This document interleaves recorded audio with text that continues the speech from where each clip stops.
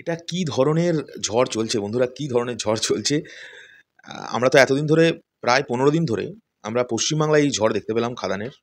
Advance booking এর ঝড়। এটাকে মেনশন করাটা আগে উচিত।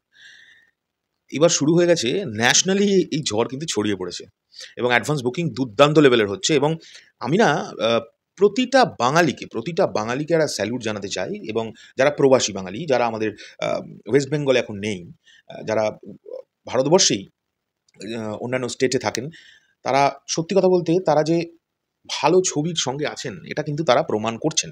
এবং বিশ্বাস করবে না তোমরা, গতকাল যখন ন্যাশনাল হলিডেজগুলো গত পরশুদিন বিকেলবেলায় যখন এসছিল, তখন অনেক ভাই বোনেরা আমাকে মেসেজ করে বলেছেন যে, "দাদা তুমি একটু প্রোডাকশন হাউসকে একটুখানি ইনফর্ম করো যে আমাদের এখানে যেন দেয়। আমাদের এখানে হল কম এসছে। খাদানের কেন হল কম এসছে?" আমি তখন একটাই কথা বলেছিলাম তাদের এবং পৌশালিও ওর ভিডিওতে আমার এই কথাটাই মেনশন করেছিল যে, মানুষের চাহিদা থাকলে শো কিন্তু বাড়াতেই হবে এবং হলও বাড়াতে হবে।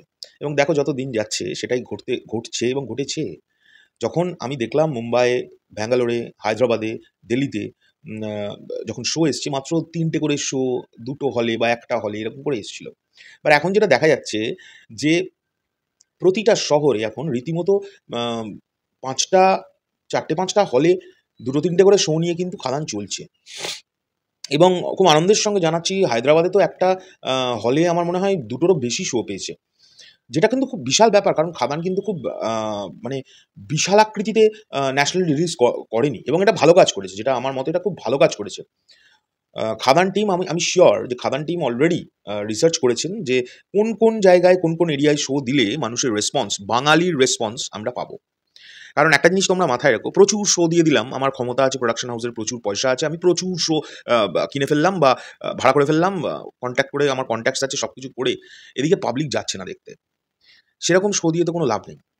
তাই আমি মনে করি যে খাদান টিম, সুরিন্দর ফিল্মস এবং দেব এন্টারটেইনমেন্ট ভেঞ্চার্স নিশ্চয়ই দুজনাই আলোচনা করে, বুদ্ধি করেই এই শোগুলোকে দেওয়া এবং সেইখানে সত্যি অর্থে বাঙালির রেসপন্স দেখে না একটা স্যালুট ঠুকতে ইচ্ছে করছে।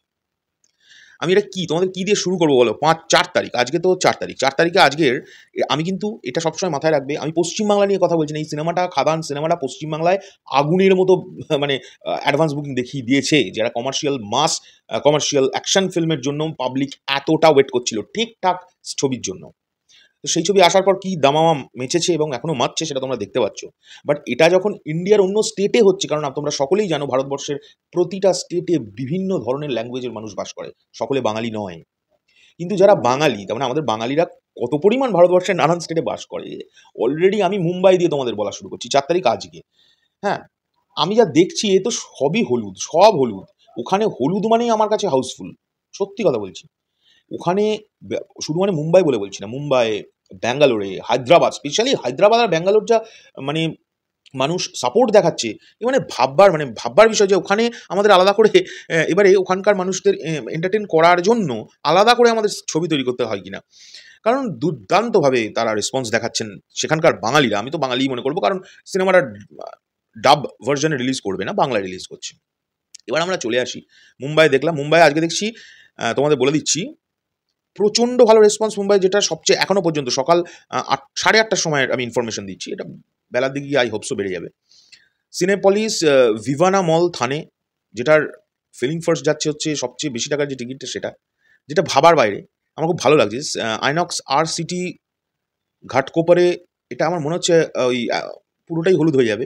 প্রচণ্ড ভালো রেসপন্স, ভালো টিকিট কাটা হচ্ছে প্রত্যেকটাতে। আইনক্স রেঘুলীলা মল, আচ্ছা রঘুলীলা মল, এখানেও ভালো রেসপন্স দেখা যাচ্ছে।